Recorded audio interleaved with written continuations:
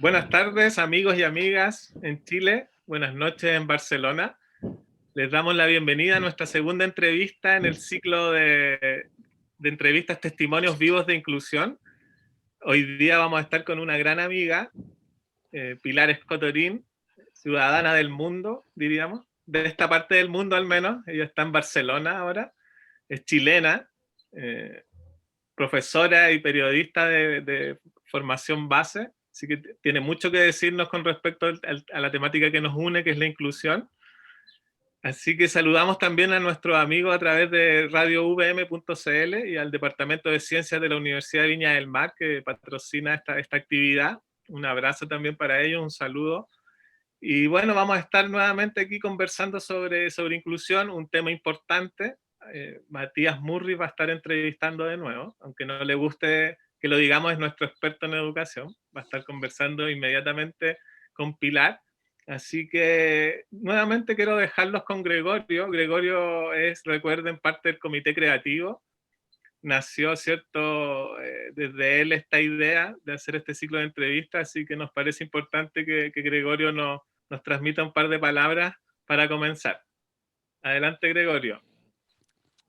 Buenas tardes, buenas noches.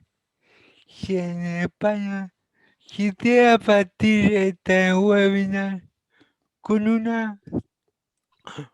dos meditaciones primero, Platón, cuando nos plantea la alegoría de la caverna, él nos muestra que hay individuos, personas que intentan salir a la luz de la caverna y luego se devuelven porque se sienten más cómodos en la caverna. Y con esto quiero hacer ilusión a la resistencia que presenta la gente al cambio, a una propuesta nueva, a un cambio de paradigma, a miedo a lo desconocido.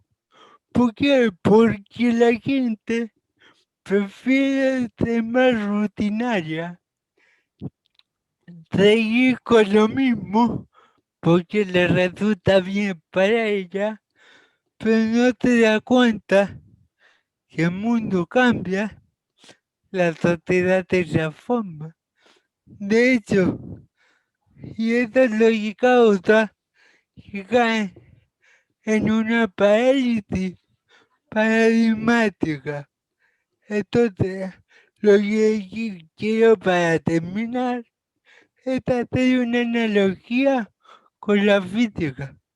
Según la primera ley de Newton, dice todo cuerpo permanece en reposo o en movimiento rectilíneo a menos que se le aplique una fuerza.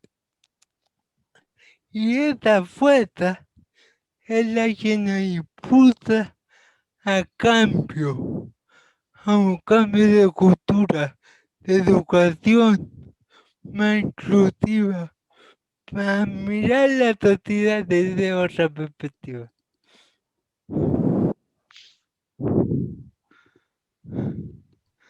Muchas gracias, Gregorio, por tus sentidas palabras. Sin duda, ¿cierto? Es una declaración de principio y un poco reafirma la idea Esto es de mejor que que esta iniciativa, ¿cierto?, nace desde un interés genuino por la inclusión. Así que damos el paso ahora a Matías y a Pilar. Van a estar conversando una media hora, un poquito más seguramente. Y recuerden que ustedes tienen, ¿cierto?, el chat, que es como la plaza pública, siempre lo decimos, pero también tienen el comando preguntas y respuestas. Entonces ahí ustedes pueden ir inmediatamente a medida que surjan sus preguntas, anotarlas ahí para que nosotros las podamos ir seleccionando y en una segunda parte entonces podemos seguir debatiendo a partir de sus preguntas a Pilar. ¿Ya? Así que, bueno, Matías, Muchas adelante. gracias, Todo éxito. muchas gracias por la presentación. Muy buenas también las palabras de Gregorio, que hace esa analogía, ¿no es cierto? Primero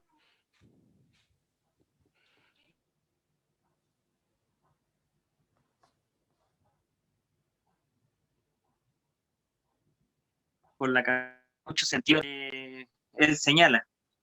Primero darle la bienvenida a Pilar.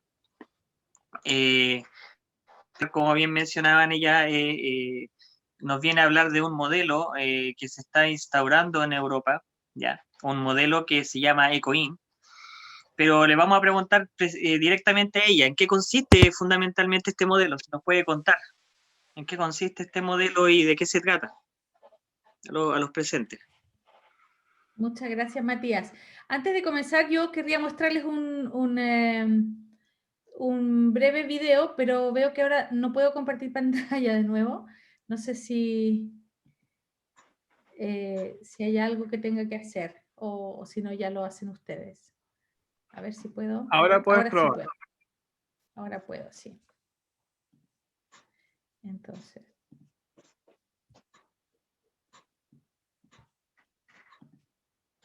Es un breve video que resume el proyecto ECOIN.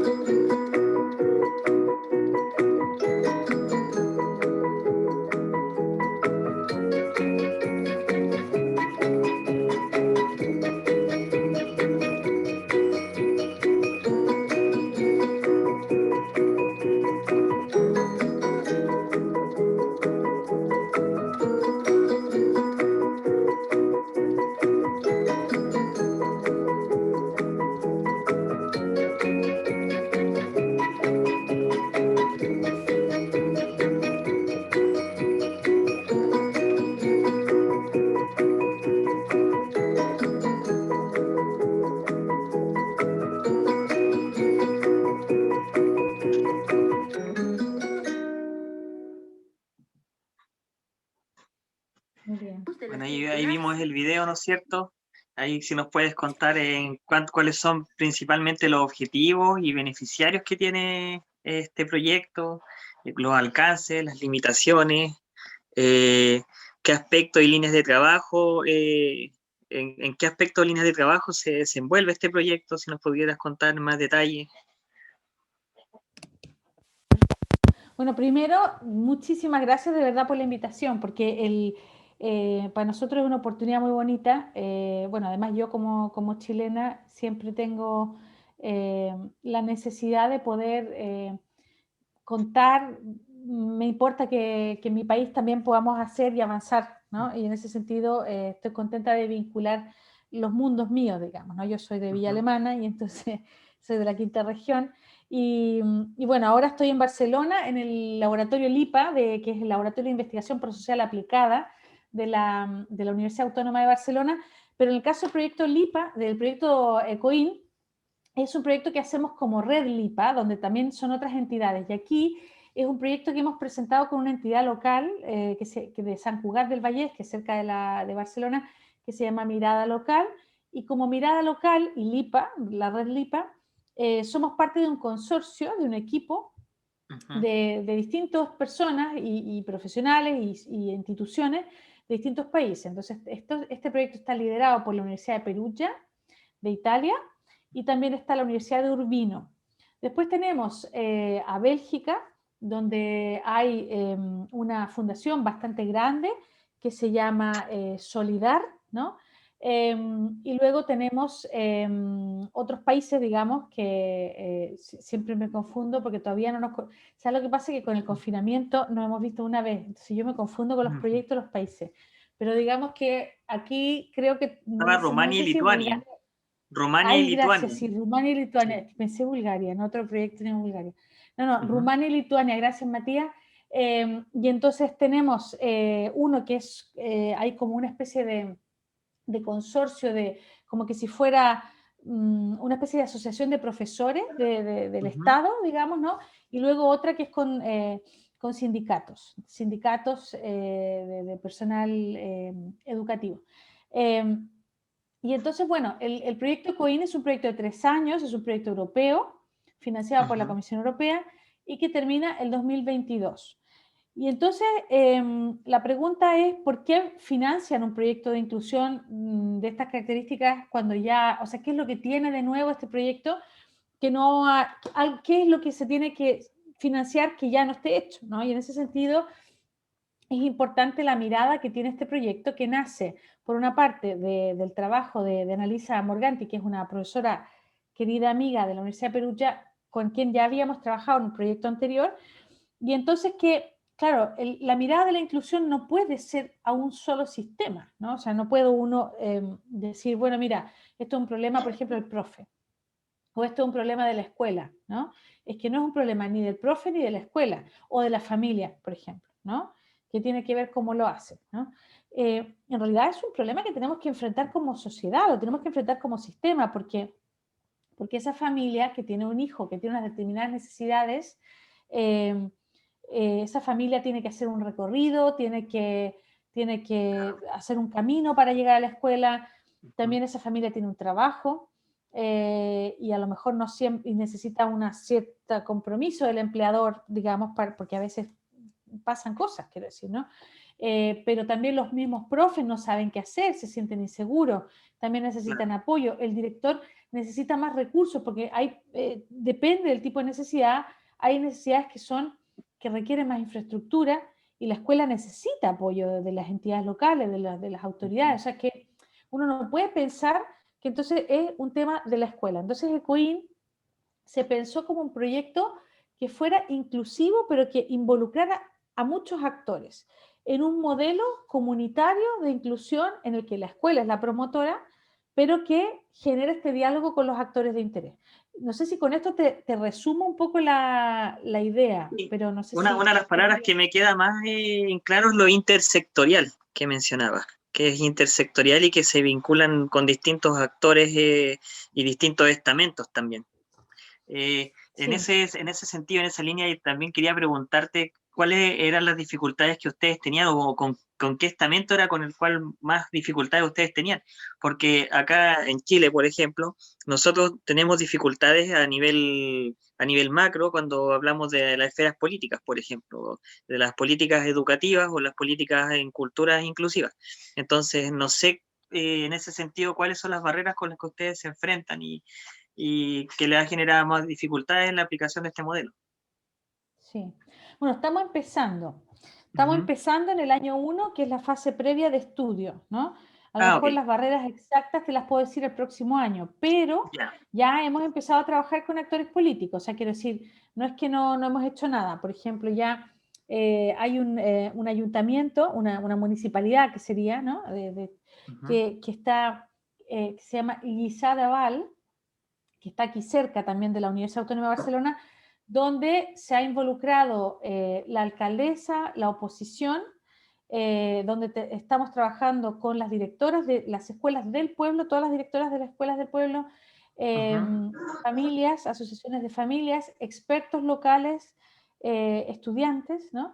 Y hemos hecho ya un primer focus group donde hemos hecho un diálogo con todos estos actores, ¿no? Y ha sido una experiencia súper bonita. Porque, a ver, el problema de fondo es que, por una parte, los líderes políticos después se van. O sea, quiero decir, son cargos electos, ¿no?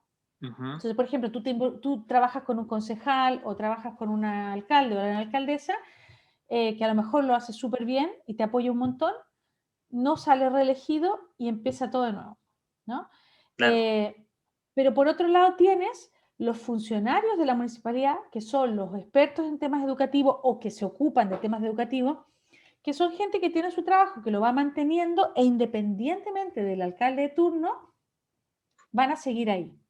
Entonces, claro, uno lo que no puede hacer es pensar que ahora, como hay que trabajar la inclusión, les cargas a la gente con más trabajo, ¿no? Y con más, y dicen, yo ya tengo mucho, no tengo tiempo, porque me van pidiendo esto, me van pidiendo lo otro, ¿no? Y con lo del coronavirus ahora todos quieren nuevas plataformas y entonces, claro, no lo podemos hacer esto. Claro, si la gente lo vive como una pega más, como un peso, seguramente no tenemos ninguna posibilidad de vincularnos y generar un cambio cultural, porque lo que queremos es un cambio cultural, que es lo que dijo Gregorio, ¿no? O sea, Exacto. lo que queremos es un cambio de paradigma. Y para el cambio de paradigma, los modelos no cambian, sino cambian las personas. Entonces, Exacto. en ese sentido, nosotros lo que tenemos que generar son centros de confianza entre actores del territorio, donde el hecho de participar en este espacio nos haga sentir aliviados y que resolvemos problemas. No solo los problemas que tienen que ver con la inclusión, sino todos los problemas que tienen que ver con la vida de la escuela y del pueblo o del territorio, ¿no? O de la comunidad, de la comunidad educativa. De toda la comunidad, exacto. Entonces, en la medida que los actores tienen espacios reales donde se conocen, se estiman recíprocamente, aunque piensen diferente, se estiman en el sentido no de quererse, sino en el sentido de interesarse por qué el otro piensa como piensa. Eso es una empatía cognitiva.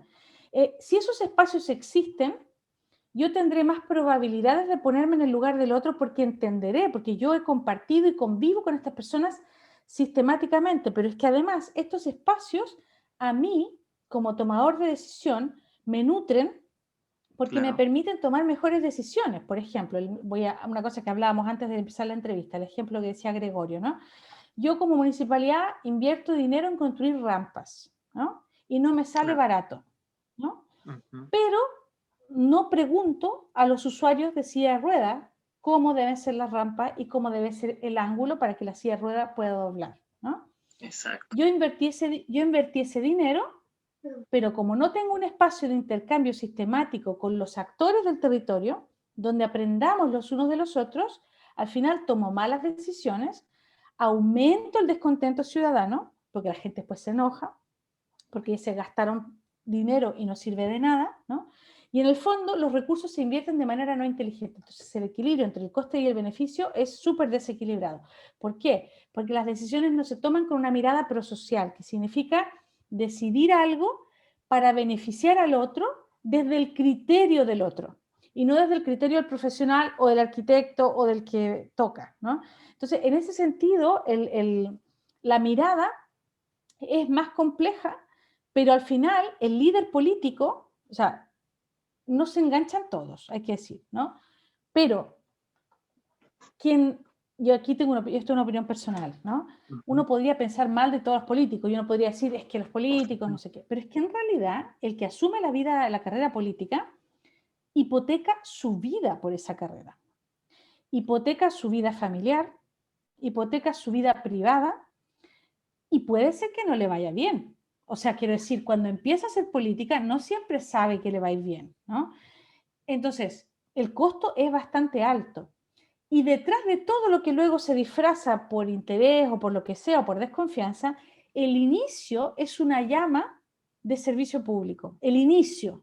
A algunos se les apaga rápido, pero el inicio es una llama de servicio público. Y ese llamado, esa vocación de ayudar al otro, hace que esa persona, en vez de ser gerente de un banco, ¿no? Se dedica a hacer algo que es para otros. Luego ya con el poder y todo se nos enreda. Pero el inicio es este. Entonces, del grupo de políticos, digamos, hay una gran cantidad de personas que esa llama la tienen encendida o hay que avivarla. Si tú les das la oportunidad de vincularse con la comunidad, con políticas y con metodologías eficientes, porque es que el problema es que cuando ellos hablan de participación, no se les ocurre otra cosa que ir y preguntar y la gente habla y vomita, ¿no? Y no hay una metodología para recoger, no hay. Entonces ellos creen que participar es que le digan de todo o que le escriban. No tienen una metodología. Si tú les dotas a estos políticos locales, no voy a hablar de un presidente de la República, voy a hablarte de un alcalde, de un concejal. Si tú les dotas de metodologías donde articuladamente en torno a la inclusión les llegue información de súper buena calidad, orientada para saber qué es lo que está pasando en su territorio, para que tenga un mapa bien hecho de lo que está pasando, tomará mejores decisiones, la comunidad estará más satisfecha de lo que él hace o ella hace, y podría ser que hasta sale reelecto como consecuencia, ¿no? Pero porque efectivamente ha hecho ¿no? Pero entonces, en ese sentido, las personas que viven en el ámbito político, digamos, yo diría que la mayoría son personas que lo hacen porque creen en un modelo social mejor, más allá de que estemos o no de acuerdo con su modelo social. Pero el modelo social que quieren promover es un modelo mejor. Lo que pasa es que esos modelos sociales tienen que dialogar, por eso es importante que en estos espacios dialogue la oposición con los partidos de gobierno, porque la inclusión es un tema de todos. Por Cuando tú supuesto. le ofreces a los políticos este espacio y les demuestras que ganan en salud, y por eso te termino, que ganan en salud, porque el político, si le preguntáramos cuántos políticos tienen trastornos de sueño, alimenticios, estrés, cuántos están quemados, porque también son personas emocionales que tienen miedo, ¿no? No todos gestionan igual las críticas, yo no sé cómo lo hacen, de verdad. O sea, yo no podría dormir con las cosas que se dicen, a veces me dijeran eso, ¿no? Entonces, claro, estas personas en realidad ganan también en salud, porque en el momento que toman las decisiones con la certeza que hay una comunidad apoyando, ¿no? Claro. Al menos saben que las decisiones, incluso las impopulares, ¿no? No las toman solos, ¿no? Porque efectivamente cuando hablamos de inclusión estamos hablando de reducir todas las barreras y las poblaciones que tienen más barreras son las que más necesitan el apoyo, pero por otro lado es lo que genera también más emociones a veces negativas, porque hay más frustración, porque te esperas mucho y no puedes, ¿no? No sé si con esto te Sí, no, me enrollé queda más. clarísimo, me queda clarísimo el tema de las esferas políticas y cómo funciona el tema ya en Europa. Pero volviendo un poco al tema de lo que tiene que ver con ECOIN, leyendo también sobre ustedes, ustedes hablan bastante del enfoque ecológico. Me gustaría preguntarte en qué se basa este enfoque y que sustenta el modelo. Si pudieras también explicarnos eso, del enfoque ecológico y por qué este enfoque. Sí, bueno, hay un autor que se llama Bronfenbrenner, que es el que trabaja este modelo ecológico, digamos, y que en el proyecto se recoge este modelo. O sea, no es un modelo que inventó el proyecto, pero se recoge porque es un modelo que ayuda a entender cómo funciona la sociedad y la complejidad de la vida. Porque las personas vivimos en un microsistema. O sea, por ejemplo, la familia es un microsistema. O sea, el niño o la niña que tiene algún tipo de discapacidad vive en el microsistema familiar. Pero también tiene un curso, ¿no? O sea, sus compañeros de curso, que son otro microsistema, donde no están sus papás, ¿no? Y luego, imagínate, ese niño participa en algún club deportivo, ¿no? Que es otro microsistema. O sea, cada persona vivimos en muchos microsistemas y a veces incluso hay personas que, por ejemplo, lo que hacemos en un lugar no lo hacemos en el otro, o en un tipo de microsistema nos sentimos más cómodos que en otro. Por ejemplo, niños que en su casa son súper introvertidos porque a lo mejor tienen un modelo de familia más autoritaria y luego en la escuela son súper extrovertidos, o al revés. O sea que uno en cada microsistema puede incluso tener una cultura distinta. Lo que pasa es que nunca un microsistema está aislado con el otro. Están todos vinculados. Están interconectados, ¿no? Claro. Claro, porque tú eres una persona que te mueves en todos. Entonces todos son tu hábitat, todos son tu medio ambiente, todos son el ambiente donde tú vives. Entonces eso que se llama mesosistema, que son estos microsistemas, que es tu mesosistema, ¿no? Tu mesosistema como Matías son todos los hábitats en los que tú vives, ¿no?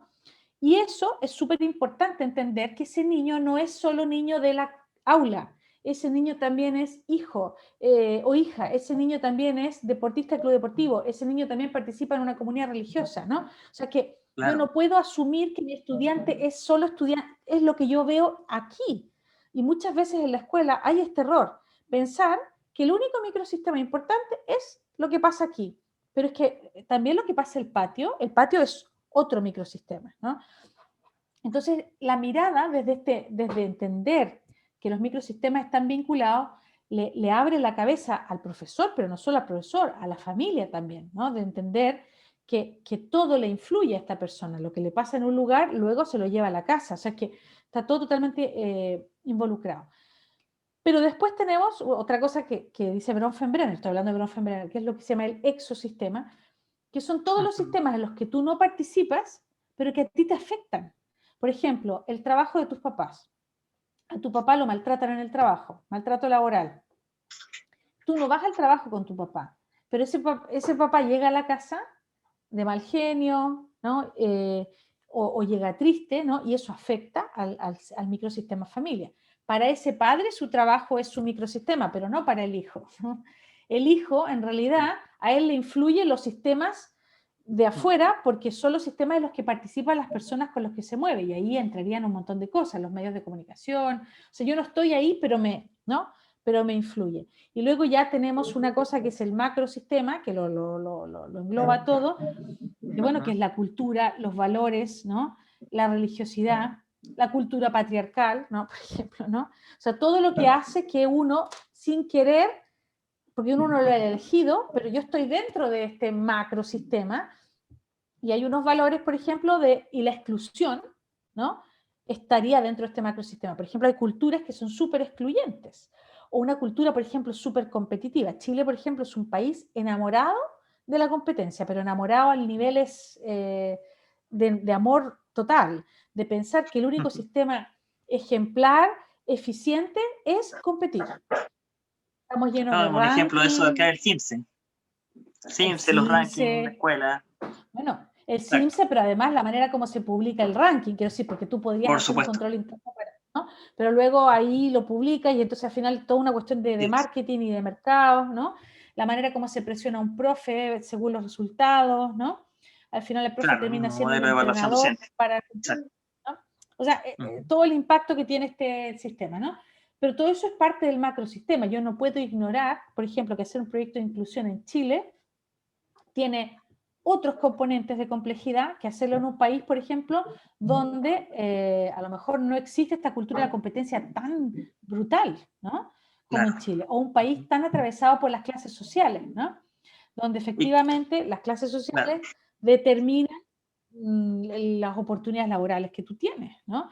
Entonces, claro, todo eso hace que si yo hago un proyecto de inclusión en Chile, yo tengo que considerar todas las variables del macrosistema chileno para poder que me funcione, porque si no, yo podría decir, aplicamos ECOIN, por decir, ¿no? Que se hizo en un contexto europeo y después digo, ah, qué raro, no resultó, ¿no? Por eso cuando importamos modelos extranjeros hay que tener mucho cuidado, ¿no? Importamos modelos creyendo que ha funcionado en Finlandia, ¿no? Pero hay que incorporar todos los elementos. Entonces, el modelo, digamos, ecológico, lo que hace es que te dice, ojo, o sea, que no es tan fácil, pero tampoco es tan difícil. Si tú te ocupas como persona de que nos movemos en todos estos niveles. No sé si con lo que te digo Y no, te se hago un entiende a resumen. la perfección. Me queda muy claro también que esto va de la mano también con algo que ustedes mencionan en su página web, que tiene que ver con la sostenibilidad del modelo ecológico, ¿no es cierto? A través de este enfoque ecológico apuestan por la sostenibilidad. Y en esa línea va mi otra pregunta también que les quería hacer. ¿Cómo ustedes garantizan la sostenibilidad del proceso de transformación hacia una comunidad inclusiva? Apostando quizás por este modelo o enfoque ecológico, a mí me queda como respuesta ello, pero a través de qué también, de qué otros procesos ustedes garantizan esa sostenibilidad. Bueno, garantizar, no sé si se puede así como todos quisiéramos, ¿no? Pero al menos si incorporas la sostenibilidad en el diseño, es más probable que no te pille por sorpresa decir, ay, ¿ahora qué hacemos? ¿No? Porque los proyectos dura 3 años y después de los 3 años la idea es que esta cosa pudiera seguir funcionando. Entonces, la sostenibilidad tiene que ver con el cambio de cultura, ¿no?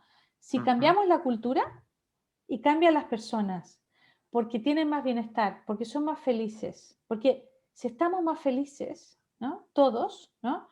Nadie quiere irse del lugar en el que se siente bien, ¿no? Nosotros cuando hablamos de motivación al estudio, por ejemplo, siempre decimos, no es motivar el estudio, no se trata de motivar a los estudiantes para que estudien, hay que motivarles para estar en la escuela, que la escuela sea un lugar donde quieran estar, donde quieran coexistir, que quieran ir a su escuela, que les guste estar en su escuela, que sientan que es agradable encontrarse con sus profes, que es agradable encontrarse con sus compañeros, un lugar libre de violencias, un lugar donde puedan todos tener las mismas oportunidades, un lugar donde se acojan las personas según las diferencias. Si yo trabajo la cultura inclusiva y digo, la escuela es una comunidad inclusiva, ¿no? Esa escuela tendrá los beneficios que esos profes seguramente no se van a querer ir a otra escuela. Porque Claro. a menos que te ofrezcan el doble sueldo en otra parte, pero muchas veces pasa que hay gente que incluso no se va a otro trabajo donde le pagan más, si está en un trabajo donde con lo que gana puede vivir bien, por supuesto, ¿no? O sea, unos Claro. mínimos, ¿no? Pero que se siente valorado o valorada, siente que está aportando, que está cambiando la vida de otros, que está ayudando a la vida de otros, ¿no? Y donde se siente bien, se siente sano, se siente feliz. Son pocas personas las que están dispuestas a perder algo así. Entonces, cuando yo logro eso, cuando yo logro aumentar la calidad prosocial de la comunidad escolar, ¿no? Lo que genero es más inclusión, pero estoy generando una cultura. Ahora, si este cambio lo genero en un pueblo, y el pueblo entero es más eficiente porque es más inclusivo, porque todos los ciudadanos tienen las mismas oportunidades, porque hay herramientas de comunicación que permiten a todos acceder a la información al mismo tiempo, etcétera, etcétera, y porque hay una cultura política de diálogo que permite tomar mejores decisiones en vez de estarse machacando todo el tiempo, digamos, ¿no? La oposición con el gobierno, ese pueblo puede tener un modelo pionero en un territorio y puede transformarse en un mejor, digamos, municipio, Tema que, más, claro. más prestigioso incluso, ¿no? Y en ese sentido, bueno, ¿por qué no? Había una experiencia, ¿no? En Fonten, digamos, en África, de un pueblo donde se generó toda una cultura en torno al hospital, desde la mirada del otro, desde el cuidado del otro. Y bueno, y ese pueblo empezó a mejorar, incluso la gente aprendió que con la colaboración todos podían comer. Bueno, y empezaron a aprender y al final este pueblo empezó a prosperar. Y como empezó a prosperar, los pueblos del lado dijeron, uy, nosotros esa cultura nos gusta, ¿no? Porque se ve que a este pueblo les funciona. Entonces, claro, es más sostenible la inclusión, es más sostenible cuando va de la mano de una cultura prosocial, que es la propuesta de este proyecto. Claro. Otra duda que me surge es que ustedes, bueno, al inicio de la entrevista mencionaste algunos países en los cuales se está implementando este modelo o están recién iniciando, que yo los recuerdo acá son Rumania, Lituania, Italia y España. ¿Cómo lo hacen para interconectar esos 4 países? Ustedes hablan de protocolos de evaluación digitalizados y multilingües. ¿Cómo funciona ese sistema? ¿Cómo recoge la información a través de eso? Si puedes Bueno, contar faltó también de eso. Bélgica. Sí, Faltó Bélgica, a ver, perdón. no, pero no te preocupes, ya te agradezco que me recordaste el Rumania y de Lituania. A ver, hay que hacerlo y yo estoy curiosa de cómo va a ser, porque todavía no está hecho. Esto lo Ya. hace la universidad, lo hará la Universidad de Urbino. Pero digamos que lo interesante es que desde la página web que nosotros tenemos, habrá una pestañita que permitirá llegar a esta herramienta que van a crear ellos, que es el algoritmo, digamos, ¿no? Entonces, digamos que la idea es sobre todo tener, por una parte, una plataforma que efectivamente que sea multilingüe.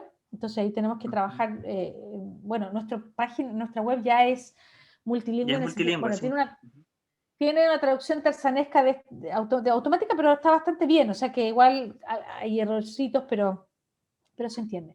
Pero digamos que esta sería una plataforma de soporte para diseminar lo que es la inclusión, pero que Perfecto. ayude a las escuelas de primaria y secundaria a manejar protocolos amigables, o sea, protocolos fáciles que ellos entiendan, que les permitan primero saber cómo es su nivel de inclusión como escuela, o sea, que una escuela pueda, usando esta herramienta, entender cómo es su nivel de inclusión y cuál sería un protocolo amigable en el sentido de que se lo expliques con peras y manzanas, ¿no? De cómo podría hacer o qué puede hacer para avanzar y para aumentar la calidad de la inclusión de la escuela. Entonces, claro, en la medida que más escuelas metan sus datos, ¿no? esta base de datos va a ir creciendo, ¿no? Entonces cada vez tendremos más un mapa inclusivo europeo, porque mientras más escuelas enganchen y metan su información, tendremos también en el territorio un tomador de decisión, verá cuántas escuelas han completado y, por ejemplo, qué escuela necesita qué cosa, esta otra en realidad debería ir por este lado, ¿no? Entonces, para los tomadores de decisiones también es una herramienta. O sea, es una herramienta para la escuela, es una herramienta para el tomador de decisión, ¿no? Es una herramienta también para las familias, ¿no? Es una herramienta para todos los actores que son los beneficiarios de este proyecto, que son los tomadores de decisiones o políticos, digamos, o funcionarios del ámbito local, digamos, ¿no? Directores de centros, profes, familias. Y bueno, beneficiarios indirectos son los estudiantes, que son los primeros beneficiados, pero también la comunidad científica, etcétera, ¿no? Hasta ahora está pensado solo para Europa, digamos, pero yo no sé, por eso te digo, será una sorpresa, porque yo esto te lo cuento así como teórica, como teoría, pero no lo he visto. Claro. Entonces, cuando lo veamos hecho realidad, veremos cómo funciona, si la gente acoge o no la plataforma, si les gusta o si realmente es tan amigable como dicen, porque a lo mejor decimos que es un protocolo amigable y a lo mejor no lo entiende nadie. Entonces, yo espero que sí, que se entienda y que lo hagamos bien y todo eso, pero bueno, este es el proyecto que tiene que avanzar, digamos. Claro, sería genial. Yo lo mismo me preguntaba si este modelo sería factible aplicarlo acá en Latinoamérica o con países de Latinoamérica y que se pueda trabajar de la misma manera, porque veo que acá la inclusión también es un tema. O sea, siempre cuando estamos hablando de enfoques y modelos, vemos que todavía no pasamos a la inclusión, todavía estamos en la etapa de integración. Todavía nos queda mucho en cuanto a políticas públicas, en cuanto a sistema educativo. Creo que en ese sentido Europa igual nos lleva un poco la delantera. Y en Latinoamérica quizás esos modelos también replicarlos no sería nada malo. Sería bastante positivo, creo yo. Yo creo que lo que tú dices es, por una parte, sí, así, pero por otro lado, yo creo que Latinoamérica también estamos en un momento de búsqueda y de reencuentro con las propias raíces, ¿no? Entonces, yo tengo una amiga Eso que es es cierto. investigadora y ella está incorporando, digamos, la cosmovisión andina en el tratamiento o acompañamiento de personas con autismo, por ejemplo, ¿no? Ella es una profesora de una universidad, de la Universidad Andina Simón Bolívar, y me parece, hizo su tesis postdoctoral en este tema, o sea, de la incorporación de la cosmovisión andina. Y yo creo que, yo no sé mucho del tema, pero quiero decir que, bueno, si algún día la quieren entrevistar, yo te paso el contacto, es No, encantadora y sería es genial, sería súper, genial. es una crack. Y entonces, pero yo creo que efectivamente, en la medida que rescatemos todos los elementos que tienen que ver con la cosmovisión de los pueblos originarios, que sí a lo mejor tenían una mirada de la diversidad más rica, digamos, Claro. recuperar aquello que hemos perdido. O sea, en ese sentido, creo que Europa va más adelantado, entre comillas, porque, bueno, porque se ha trabajado el tema de la inclusión, porque ha habido una apuesta por algunos tomadores de decisiones para que sea realmente política pública, ¿no? En ese Claro. sentido, sí, pero también hay que avanzar. O sea, lo que te contaba antes en la entrevista, ¿no? Por ejemplo, en el caso de Italia, el enseñante de sostegno, que es el profesor que está dentro de la clase con el otro profe, ¿no? El enseñante de sostegno es el que se especializa en todos estos temas y sabe seguramente más que el profe de aula, ¿no? Pero claro, como no se asume que estamos trabajando con seres humanos que tienen miedos, que la gente no quiere perder su trabajo, que nadie quiere quedar como tonto, claro, una profesora que a lo mejor lleva una cantidad de años haciendo una cosa de una determinada manera y le viene una jovencita con unas ideas súper revolucionarias, pero que no la hace sentir parte del proceso, no la incluye tampoco, ¿no? O sea, la excluye también, ¿no? Entonces, la otra se defiende y que como tiene más poder, la deja fuera, ¿no? Y por otro lado, la profesora tampoco incluye a la jovencita, ¿no? Porque podría decir, bueno, mira, ahora cuéntame, ¿qué has aprendido? ¿Cómo podemos, no? sin tener miedo de aprender algo nuevo. Vuelvo a lo que decía Gregorio, ¿no? No tener miedo al cambio de paradigma, no a perder el terreno de la seguridad. Entonces, claro, la cultura inclusiva beneficia a todos, también a la relación entre profesores, ¿no? Ujú. No, súper interesante también lo que mencionas de los pueblos originarios y las raíces. Acá hay también un tema con el rescate de las raíces tanto en nuestro país como en otros países de Latinoamérica, y eso también es algo a considerar, que creo que es súper interesante que lo mencione. Le voy a dar el paso ahora a Andrés, que va a dar algunas palabras para dar una pausa. Te agradezco un montón la entrevista. Súper interesante el modelo, yo estoy interiorizándome un poco en él, he revisado la página también y los detalles que hay del mismo, y me parece súper interesante, así que harto éxito con eso. Bueno, la página web, no sé si después cuando ustedes pongan la descripción del video la pueden poner abajo, para que quien quiera lo puede mirar. Ya pues, gracias. Vamos a darle el pase a Andrés ahora. Muchas gracias, por supuesto que sí. Muy interesante el debate. Estamos muy pendientes de la conversación. Estamos, acuérdense, también transmitiendo por radiovm.cl. Le damos un fuerte abrazo a los amigos del Departamento de Ciencias, ¿cierto?, que patrocinan esta actividad. Y esta actividad, como les contaba al principio, fue organizada junto a la Fundación Ciclo Educativo, y por eso quisiéramos tomarnos una pausa para que tomen un poquito de agua Matías con Pilar, y invitar a Carlos Holguín, que él es director de la fundación y nos va a transmitir algunas palabras. ¿Ya?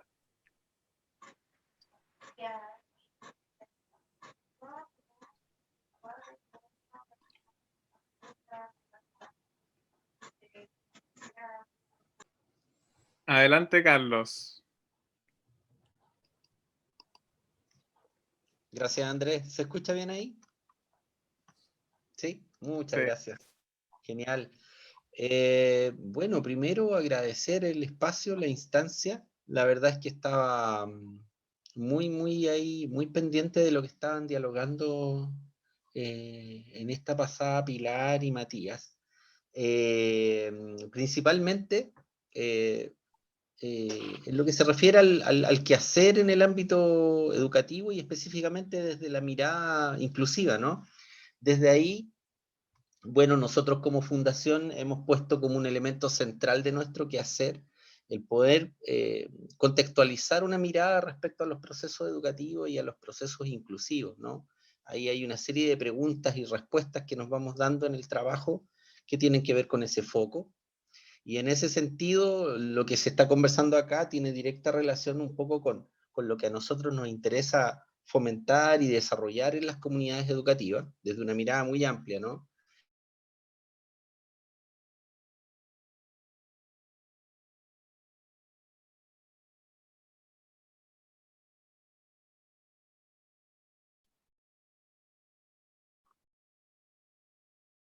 Creo Y que tiene que que ver con ahí respuestas, ¿no? Va tomando sus propias decisiones, ¿no? Y desde esa lógica, esas respuestas o esos caminos que las comunidades van tomando hacen que ninguna escuela esté en el aire, ¿no? Ahí me hace mucho sentido lo que decía Pilar hace un ratito, ¿no? Nada está en el aire, ¿no? Las escuelas están en un marco contextual y su propia historia, ¿no? El cómo han abordado los diferentes elementos asociados a la diversidad, ¿no? Desde el más amplio sentido, ¿no? También desde lo sociocultural, van siendo un punto, un inicio, un elemento que da base para poder proyectar un desarrollo. Desde ese punto de vista, desde nuestra fundación, lo que nosotros estamos intentando establecer es reconocer que el proceso hacia la inclusión es un camino gradual, que cada escuela y cada comunidad tiene su propia historia al respecto, y que para nosotros es una herramienta fundamental el poder insertarnos como un espacio de acompañamiento a las comunidades en términos de su propio reconocimiento y en el camino de poder establecer algunos hitos que nos permitan ir avanzando en este proceso de cambio, ¿no? De desarrollo y cambio.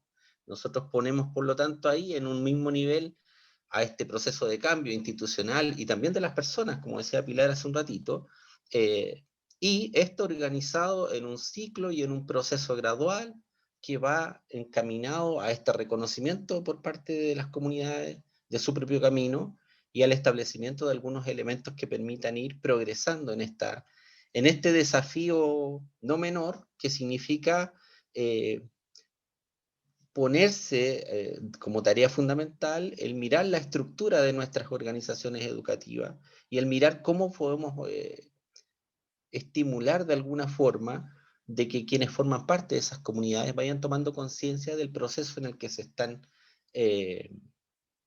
insertando, ¿no? Entonces, desde ese punto de vista, para nuestra fundación, espacios como este son fundamentales, y desde ahí agradecer y dejar instalada ahí la intención nuestra de poder acercarnos y conocer la realidad de las comunidades en términos de poder establecer algunos puntos de apoyo en este proceso en el arduo camino de la democratización de los espacios educativos y de la relación de estos espacios educativos con sus contextos como un factor de cambio fundamental, no solo del sistema educativo, sino de nuestra sociedad en general.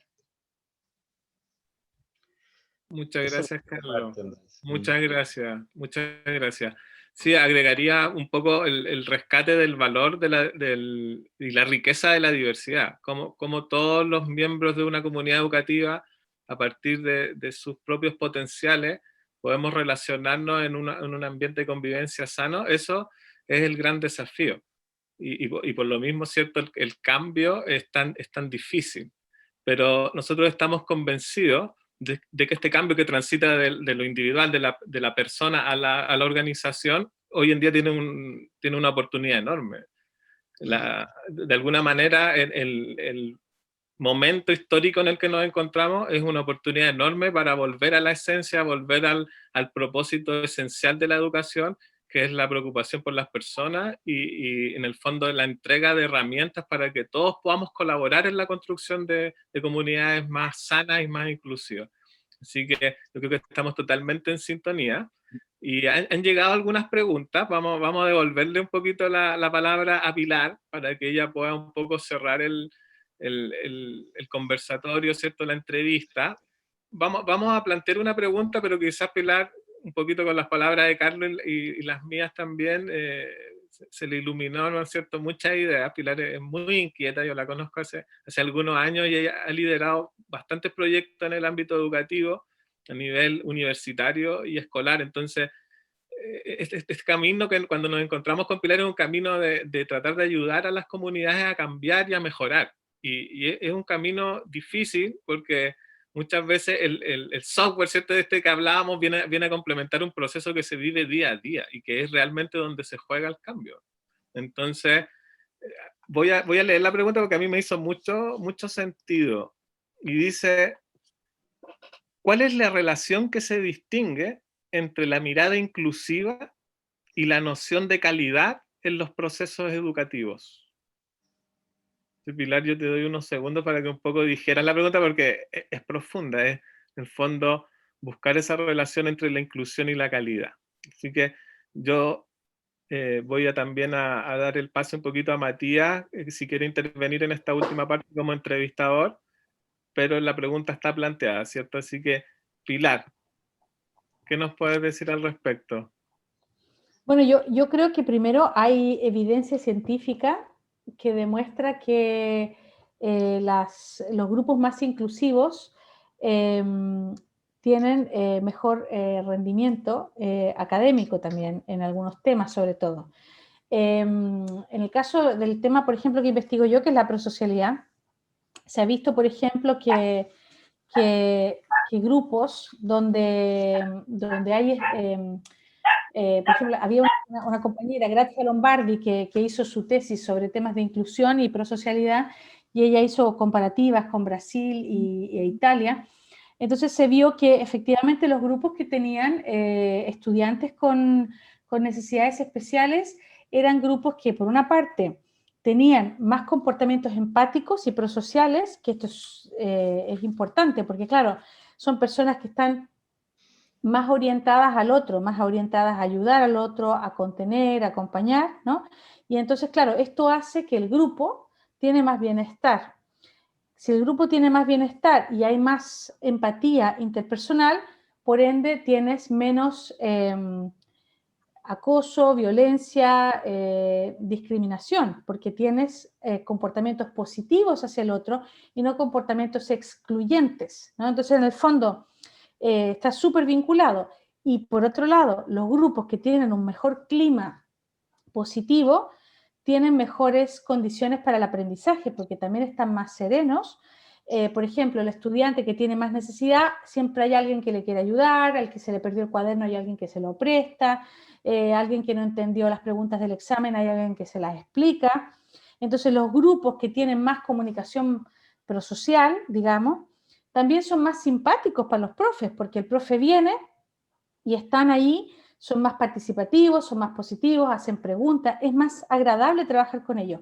Como es más agradable trabajar con ellos, los profes hacen mejores clases, porque pierden menos tiempo en hacer callar y en estar ahí estresados que quién le robó el lápiz, quién quebró el vidrio, quién encendió el basurero, ¿no? Entonces, es todo una cosa que está totalmente vinculada. En el proyecto anterior de COIN, con la Universidad de Perugia, se llamaba EVE Eusmosi, que es un proyecto que era de inclusión y que vinculaba emociones y prosocialidad en primaria. Y ahí se hizo un estudio y se vio, por ejemplo, que en comprensión lectora las escuelas más inclusivas tenían mejores resultados, por ejemplo, que las escuelas que tenían menores niveles de inclusión. Entonces, la inclusión es una apuesta que no solo es valórica porque es bonito o porque es bueno o por los otros que lo necesitan, no.